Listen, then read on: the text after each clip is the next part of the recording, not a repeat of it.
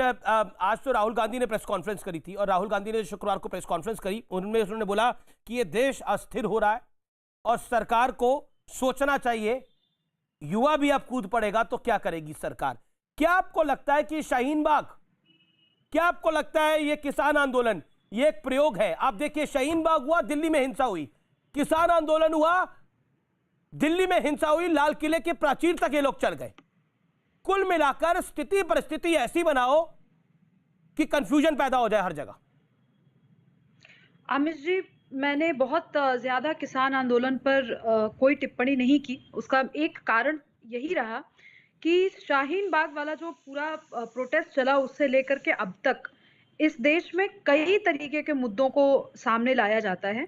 मूलतः वो पॉलिसी के मुद्दे होते हैं, लेकिन पॉलिसी पे कोई बात नहीं करना चाहता। विपक्ष पूरी तरह से तर्कहीन होकर के मैदान में उतरता है और एक लार्जर एजेंडे पे बात की जाती है। घूम फिर करके वो लार्जर एजेंडा मोदी सरकार को निरस्त करने का होता है।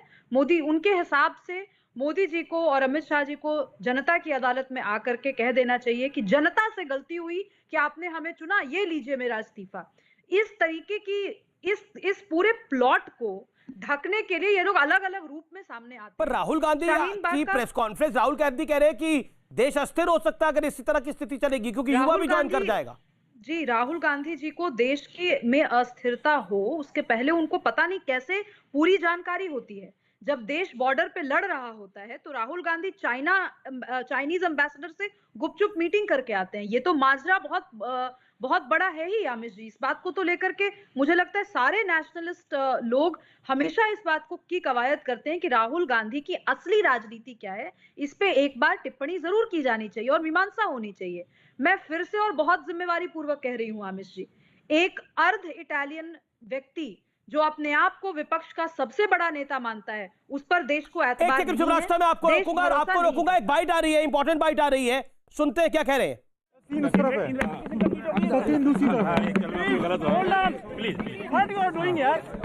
सीन को एग्जामिनेट करने के बाद हम बताएं। ठीक है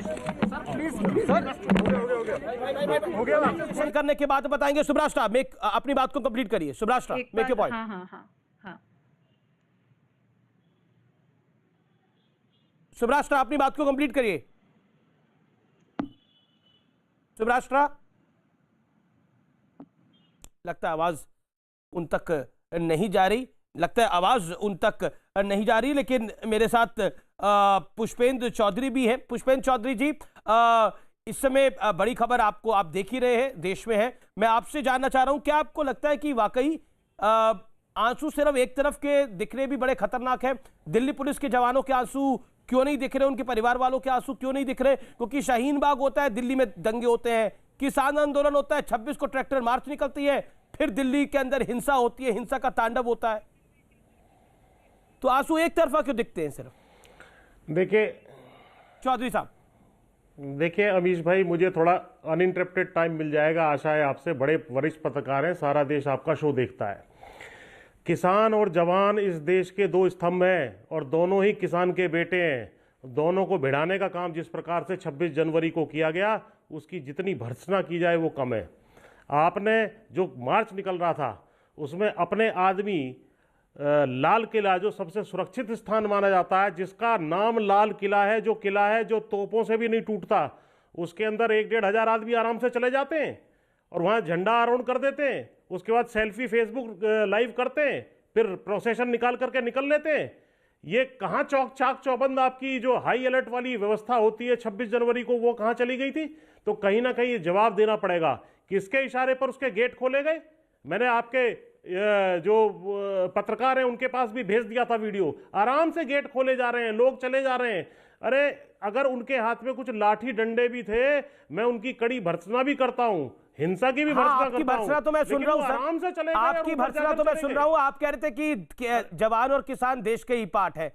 जवान तो हाथ जोड़ के खड़ा था, कह रहा था कि मत करिए, तलवार चलाई जा रही थी, लाठी बाजी जा रही थी, ट्रैक्टर चढ़ाया जा रहा था। आपने देखे 450 पुलिस वाले खुद ही घायल हो गए, 450 पुलिस वाले खुद ही घायल हो गए, पुलिस वालों की पसलियां खुद ही टूट गई। मतलब अगर हम लॉजिक को भी, अगर हम इलॉजिकल भी हो तो एक लिमिट तक तो हो, हम तो इलॉजिकल भी एक अनलिमिटेड हो रहे हैं।